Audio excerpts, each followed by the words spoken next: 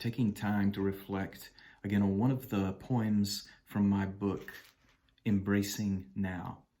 And this poem is called So Much, So Suddenly. And I'm not going to read the entire poem to you. I'm just going to read a few lines here and there and then talk about some of my thoughts as I was writing the poem. So the poem, So Much, So Suddenly, begins with these lines. Running, running, running, racing to or from, rapidly, aggressively, unaware of now.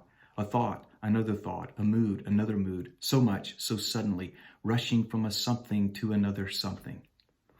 Well, those are the opening lines, and from me, it was a reflective, processing, evaluation of how we're living this life. We are rushing. We're always in a hurry, and even in times where we are not physically or geographically rushing from one place to another, our minds are racing. Our minds are rapidly in a hurry, it seems like, and to be a part of this book, Embracing Now, throughout all of these poems with a variety of lengths and styles and moods, we've hoped that we would find ways to embrace each now. And in the poem So Much, So Suddenly, I'm trying to write that way at the beginning and just write so much, so suddenly, just this quick, rapid pace. And then we change later in the poem. Let me read a little more to you. What is missed? Much, very much. Dialogue where stories are told, stories are heard, eye to eye, heart to heart, a healing of community, a process of authenticity, a development of transformation. And then I take time to try to just give advice as much as you can do that in poetic form, but it's therapeutic as I'm giving advice to myself in my own hurried pace, needing to follow these instructions. And so I wrote them trying to fit the mood of what I was suggesting. Slow, please slow. See, please see. Observe, please observe. And then these final lines. Stop the sprint. Sit. Be still. Pay attention. One thing at a time, only one thing at a time. Here, aware, refusing to run, choosing to rest, fully aware of now. And that's an example of just one of the poems from Embracing Now that fits the overall mood of what we're wanting each of us to do. It's to embrace the now, embrace the moments. And poetry, whatever the form, whatever the style, whatever the length, can help us do that instead of just rushing to get our 3 points and pursue success. We're able to, in poetic rhythm, in a different pace, we're able to just stop. Not so much so suddenly, but to embrace the now. Hi, I'm Chris Pipkin. I have already done 2 videos analyzing new poems from Chris Maxwell's new book, Embracing Now. And today we're going to analyze a 3rd poem. And when I say analyze, that can sound intimidating. And what I really mean by analyze is sit down, take time with a poem, and slowly notice not just what the poem says, but the way the poem says it. And what I've been talking about in the other 2 videos is that poems are not just like a message from me to you, but they're also works of art in themselves, so that there are things to notice about the words in a poem and the way a poem is structured that comes together with and complements the content of that poem, right? So today we're going to look at a poem called So Much, So Suddenly, and this poem, like the poem that we looked at last time, which is called Slowly, Surely, deals with time. And this is something that I think poets especially are really aware of, and really concerned with the tendency of human beings to interpret or fail to interpret experience based on a goal that they think they have, a thing that they think they need to do. And how that can often lead them to not examining their own life. And the thing about poets is that they make it a practice to sit and to think and to produce something that isn't like a 1,000 page document, right? It's not a novel, but it's something very compact, and something that, if it's done right, causes both the poet and his audience to rethink the way that they live life, right? So the interesting thing to me about So Much So Suddenly and the way the form works here in this poem is how, just like in Slowly Surely, which we looked at last time, the lines are broken off very quickly. They're very clipped, right? So remember, slowly but surely, comma, the statement says, comma, as I'm slowly but not so surely sure of where this thinking goes, right? And we talked about how in Slowly Surely, what this caused us to have to do is to slow down and take our time with the poem. The really interesting thing to me, though, about So Much So Suddenly is that it also uses line breaks, but the sense that I get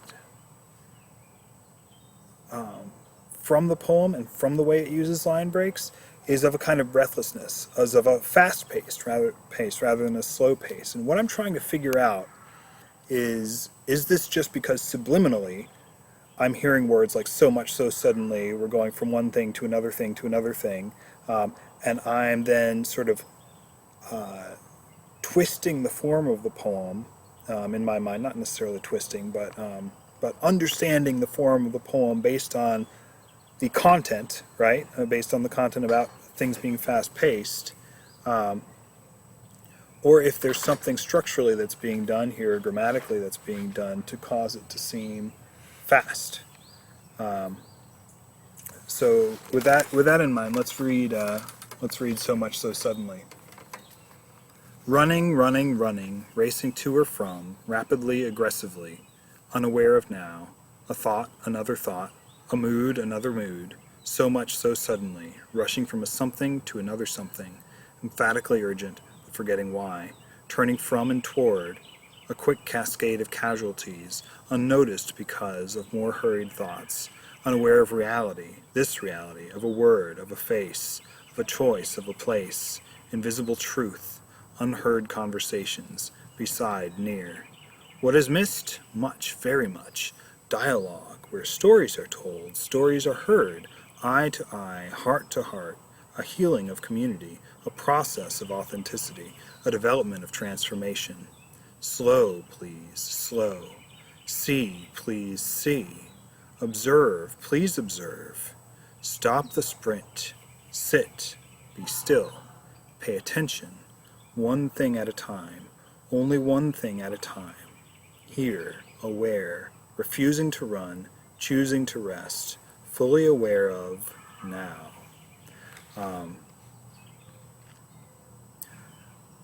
And so in a lot of ways, I mean, I think the content, right, the meaning of this poem is pretty clear, right? Slow down, take your time with life. There's a saying that we're a culture of improved means to deteriorated ends. In other words, we're always rushing everywhere to try to get somewhere, but it's almost as though there's nowhere worth getting because of the way that we're approaching life, right? That we're not slowing down, that we're not enjoying life, that we're not meditating, that we're not taking time to mourn or rejoice. And this seems to be getting at that basic idea, although I'm sure there's more nuance here as well that I might be overlooking as I'm racing to get from one place to another. But my question that I was thinking about before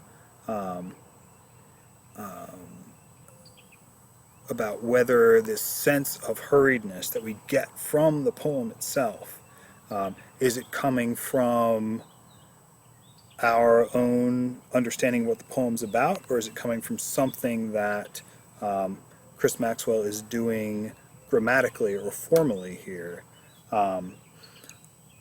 I think there are a few things that formally are going on here, right? So there's repetition, right? A thought, another thought, a mood, another mood. So much, so suddenly, right? So repetition of thought, repetition of mood, repetition of so, right? So those things are sort of pulling us along, right, with the poem, and making us feel a little more frantic, a little more rushed. But I think the way I want to answer my puzzle that I sort of posed myself here is that it does have more to do with us understanding what the poem's meant to be about, right? That kind of cues our brain into saying, like, okay, so the very clipped lines, here's how you should interpret that, right? You should interpret it as someone rushing and being out of breath, as opposed to, like in the earlier poem, kind of moving along slowly. And the reason that I say that is because by the end, we are feeling a lot less out of breath, right? By the end, our sense of how to interpret these clipped lines has sort of changed, right? When we get to stop the sprint, sit, be still, pay attention, one thing at a time, only one thing at a time, here, aware, refusing to run, choosing to rest, right? My brain wants to interpret those lines as far slower than these other lines, right? And I see just as much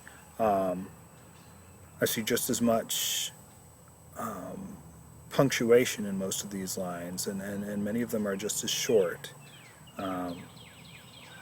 So I think while there are some stylistic things that Chris Maxwell is doing here, to sort of pull us from one word to another, down, down, down, right? By the time we get to slow, please slow, see, please see, he's using the same device, repetition, right? That we talked about before as like kind of pulling us along and making us go quick. Now he's using repetition to cause us to slow down. Slow, please, slow. See, please, see. The repetition of slow twice, the repetition of see twice, the repetition of please twice, well, 3 times, right? And observe twice. So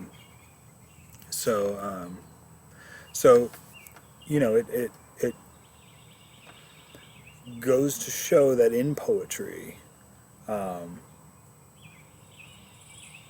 the way that you say something certainly affects the way that you interpret something, right? In poetry, as in prose, obviously the way that you say something matters as well. But I think also, obviously,